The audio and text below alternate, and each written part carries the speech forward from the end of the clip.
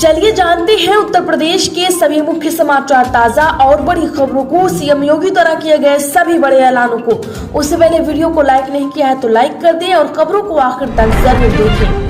UP में किसानों के लिए खुशखबरी, प्रदेश में शुरू होगी यूपीएस एग्रीज परियोजना। योगी सरकार ने तैयार किया खास प्लान। जिला उत्तर प्रदेश के मुख्यमंत्री योगी आदित्यनाथ ने विश्व बैंक के प्रतिनिधियों के साथ एक महत्वपूर्ण बैठक की। उन्होंने कहा कि कृषि सेक्टर के कायाकल्प और कृषि आधारित उद्योगों को प्रोत्साहित करने के लिए राज्य सरकार कृषि विकास एवं ग्रामीण उद्यमिता शुद्धिकरण कार्यक्रम की शुरुआत करने जा रही है। योजना अंतर्गत न केवल फसलों की उत्पादकता बढ़ाने के लिए नियोजन प्रयास होंगे, बल्कि मूंगफली, मिर्च, हरी मटर जैसी फसलों के क्रॉप क्लस्टर और इससे जुड़े उद्योगों के नए क्लस्टर के विकास तथा निर्यात का बढ़ोतरी का प्रयास भी होगा। यूपी में ताजमहल में मुख्य गुम्बद पर अब नहीं ले जा सकेंगे पानी की बोतल, लिया गया बड़ा फैसला। जी हां, ताजमहल के मुख्य गुम्बद तक बोतल का पानी भी लेकर नहीं जा सकेंगे। भारतीय पुरातत्व सर्वेक्षण ने यह फैसला किया है। मुख्य गुम्बद पर पानी की बोतल ले जाने पर पूरी तरह प्रतिबंध लगा दिया है। पानी की बोतल को चमेली फर्श पर ही रखे कूड़ेदान में डालना होगा।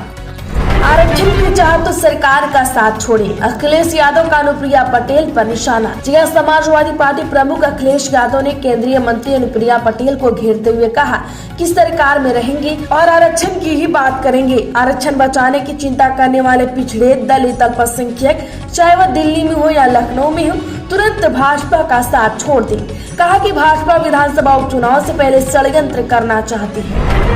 यूपी के 33 जिले बनेंगे ultra mega solar power park hub. Yogi सरकार की जानिए क्या है तैयारी।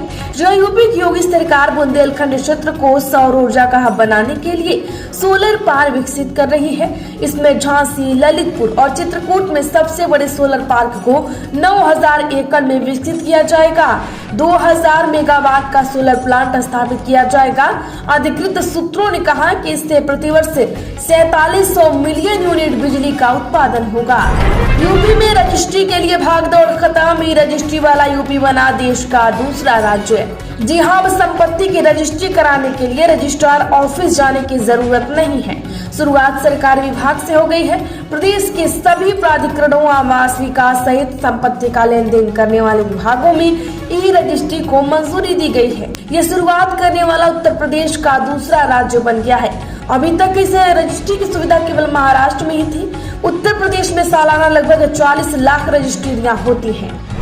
यूपी के मथुरा में इस बार भव्य दिव्य के साथ यादगार होगा श्री कृष्ण का 5251वां जन्मोत्सव। योगी सरकार का ऐलान। जी हां, यूपी की योगी सरकार श्री कृष्ण की जन्मभूमि मथुरा में इस बार जन्माष्टमी का उत्सव यादगार करने जा रही है। यूपी के पर्यटन एवं संस्कृति मंत्री जयवीर सिंह ने इस बारे में आज कहा कि भगवान श्री कृष्ण का 5251वां जन्मोत्सव बहुत ही भव्य एवं दिव्य और यादगार होगा।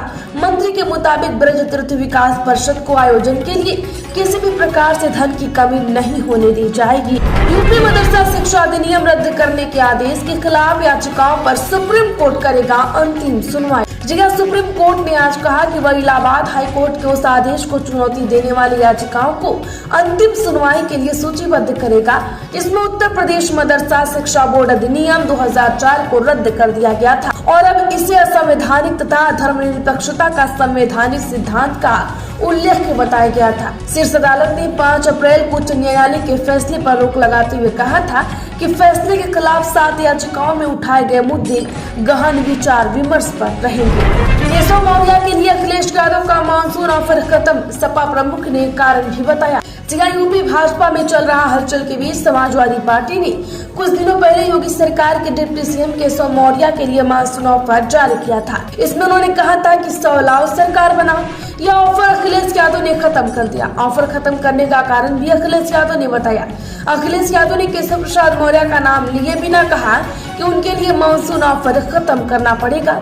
अखिलेश यादव ने पत्रकारों से कहा कि एक उस्टूल किट नेता है, वह बहुत ही किट करते हैं। मुझे लगता है कि उनका ऑफर खत्म करना पड़ेगा।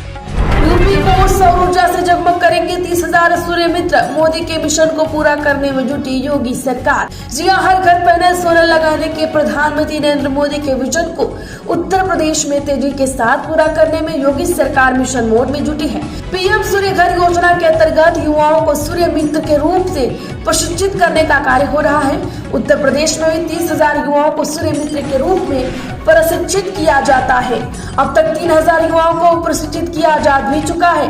गौरतलब है कि सौर ऊर्जा के क्षेत्र में स्किल्ड मैन पावर तैयार करने के लिए राष्ट्रीय सौर ऊर्जा मिशन के तहत सूर्य मित्रों को तैयार किया जा रहा है।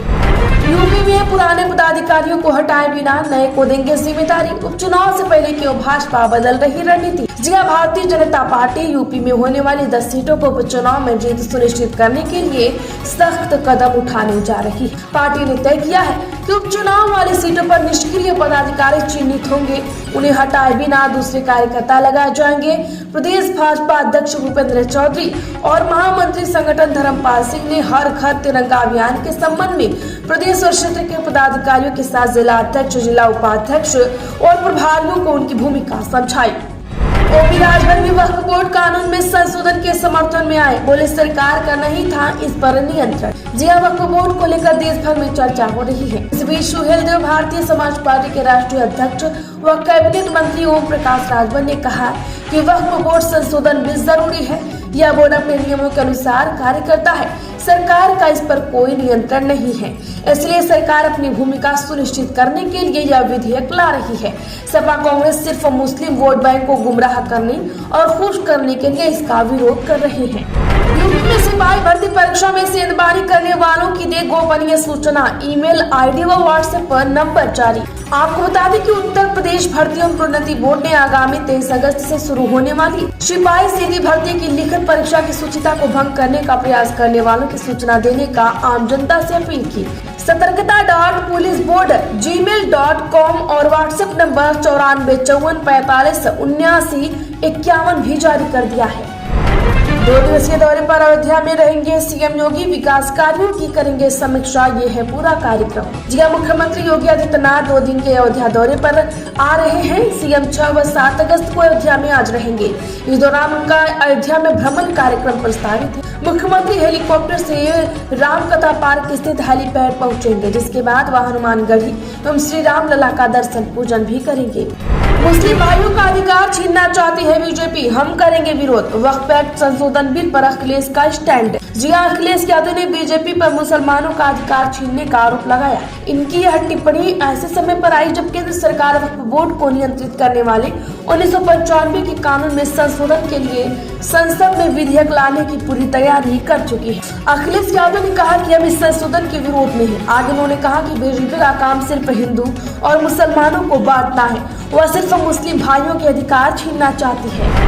हाइब्रिड कारों पर न मिले छूट, दिग्गज कंपनियों ने यूपी सरकार को लिखी चिट्ठी, जाने क्या है मामला। जिला देश के दिग्गज वाहन निर्माता कंपनियों ने उत्तर प्रदेश सरकार को हाइब्रिड कारों पर छूट देने के लिए पत्र लिख दिया है। कंपनियों का मानना है कि हाइब्रिड कारों छूट देने का असर इलेक्ट्रिक वाहनों की बिक्री और ईवी इंडस्ट्री के किए जाने वाले निवेश पर पड़ेगा। बिजनेस टुडे में रॉयटर्स के हवाले से छपी रिपोर्ट के अनुसार हुंडई, किया मोटर्स, टाटा मोटर्स और महिंद्रा जैसी दिग्गज कंपनियों ने अलग अलग यूपी सरकार को पत्र लिखकर हाइब्रिड कारों पर छूट न देने की बात कही है। देवरिया के एक स्कूल में छोले खाने से 40 बच्चे बीमार, 8 की हालत गंभीर। विद्यालय प्रबंधन में मची खलबली। जी हां, बता दें कि जनपद देवरिया के रामपुर कारखाना क्षेत्र के मेहरौना गांव स्थित पंडित दीनदयाल उपाध्याय आश्रम पद्धत इंटर कॉलेज में बासी छोले खाने से 40 बच्चे बीमार हो गए। उल्टी, दस्त एवं पेट में दर्द तथा बुखार होने से 8 बच्चों की हालत खराब हो गई, जिन्हें मेडिकल कॉलेज रेफर किया गया है। यूपी में 6 साल से नहीं हुई बेसिक स्कूलों में टीचर की भर्ती, अभ्यर्थियों ने किया जोरदार हंगामा। जी हां, यूपी में बेसिक शिक्षा परिषद की तरफ से संचालित सरकारी स्कूलों में टीचर्स के पदों पर पिछले 6 साल से भर्ती नहीं हुई। यह हाल तब है जब सूबे के परिषदीय स्कूलों में टीचर्स के तकरीबन 1.25 लाख पद खाली हैं। पिछले 6 सालों में टीचर्स भर्ती का विज्ञापन नहीं निकालने से ट्रेनिंग करने वाले करीब 10 लाख अभ्यर्थी परेशान हैं और उन्होंने जमकर विरोध प्रदर्शन किया। यूपी में फिर चली तबादला एक्सप्रेस, 35 दारोगा सहित 201 हेड कांस्टेबल के कार्यक्षेत्र में बड़ा बदलाव। जी हां, पुलिस अधीक्षक अभिनंदन ने 35 दारोगा समेत कुल 201 पुलिस कर्मियों के कार्यक्षेत्र में बदलाव कर दिया है। इसमें मिर्जापुर पुलिस लाइन में तैनात चल रहे 35 उप निरीक्षकों को थाने व चौकी पर तैनाती दी। इस प्रकार अधिकारियों व थानों पर तैनात चल रहे 20 वाहन चालकों के कार्यक्षेत्र में भी बदलाव किया है। कुल 144 मुख्य आरक्षी व आरक्षी के कार्यक्षेत्र में बदलाव करते हुए विभिन्न थाने पर तैनाती दी गई है। पूरा होगा घर का सपना, योगी सरकार इस शहर में ला रही रेजिडेंशियल ग्रुप हाउसिंग स्कीम। जी उत्तर प्रदेश के समेकित विकास का खाका खींच रही योगी सरकार ने इंफ्रास्ट्रक्चर डेवलपमेंट की गति तेज कर दी। प्रदेश को $1 ट्रिलियन इकोनॉमी बनाने के लिए एक और तेजी से प्रयास जारी है। वहीं प्रदेश के नागरिकों को वर्ल्ड क्लास सुविधाओं तक पहुंचाने के लिए भी योगी सरकार तेजी से आगे बढ़ रही है। इसी क्रम में योगी सरकार ग्रेटर नोएडा में अब residential group housing institute plant के आवंटन के लिए नई स्कीम लेकर आई है।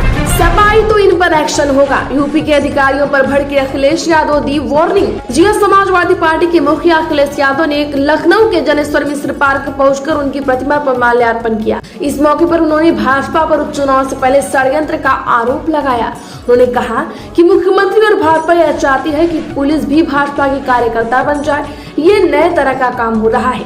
लखनऊ हुड़दंग छेड़खानी मामले का उल्लेख करते हुए उन्होंने कहा कि जब पुलिस ने सारे नामों की सूची दी थी तो आखिरकार मुख्यमंत्री ने केवल यादव और मुस्लिम का नाम क्यों पढ़ा। सच्चाई पुलिस भी जानती है। अखिलेश यादव ने कहा कि सुनने में आ रहा है कि जिस यादव का नाम लिया वह फुटेज में नहीं था।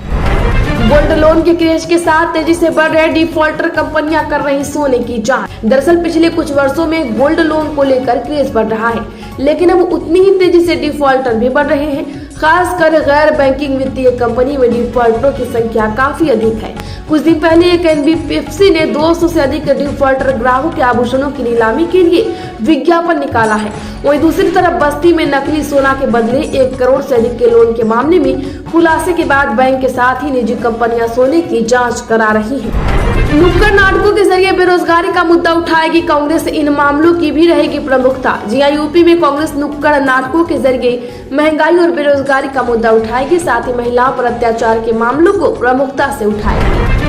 काकोरी ट्रेन एक्शन की 100वीं वर्षगांठ है। योगी सरकार शौर्य गाथा से युवाओं को राष्ट्रभक्ति की भावना जगाएगी। जी हां, काकोरी ट्रेन एक्शन की 100वीं वर्षगांठ पर यूपी सरकार कई आयोजन कर रही है। योगी सरकार काकोरी व स्वतंत्रता सेनानी की शौर्य गाथा के जरिए युवाओं में राष्ट्रभक्ति की भावना का संचार करेगी। टीम 30 की रिपोर्ट, उपचुनाव में 7 सीट जीत रही भाजपा। सीएम आवास पर हुई बैठक, योगी केशव ब्रजेश पाठक को 2-2 सीटों की कमान। जी यूपी विधानसभा चुनाव को लेकर बनाई गई योगी की टीम 30 ने अपनी रिपोर्ट सौंपी। रिपोर्ट में कहा गया कि भाजपा 10 में से 7 सीट जीत सकती है। सभी 10 सीटें जीतने के लिए पार्टी को अभी और जोर लगाना पड़ेगा। चुनाव के लिए पहली बार मुख्यमंत्री आवास पर सरकार और संगठन की संयुक्त बैठक हुई।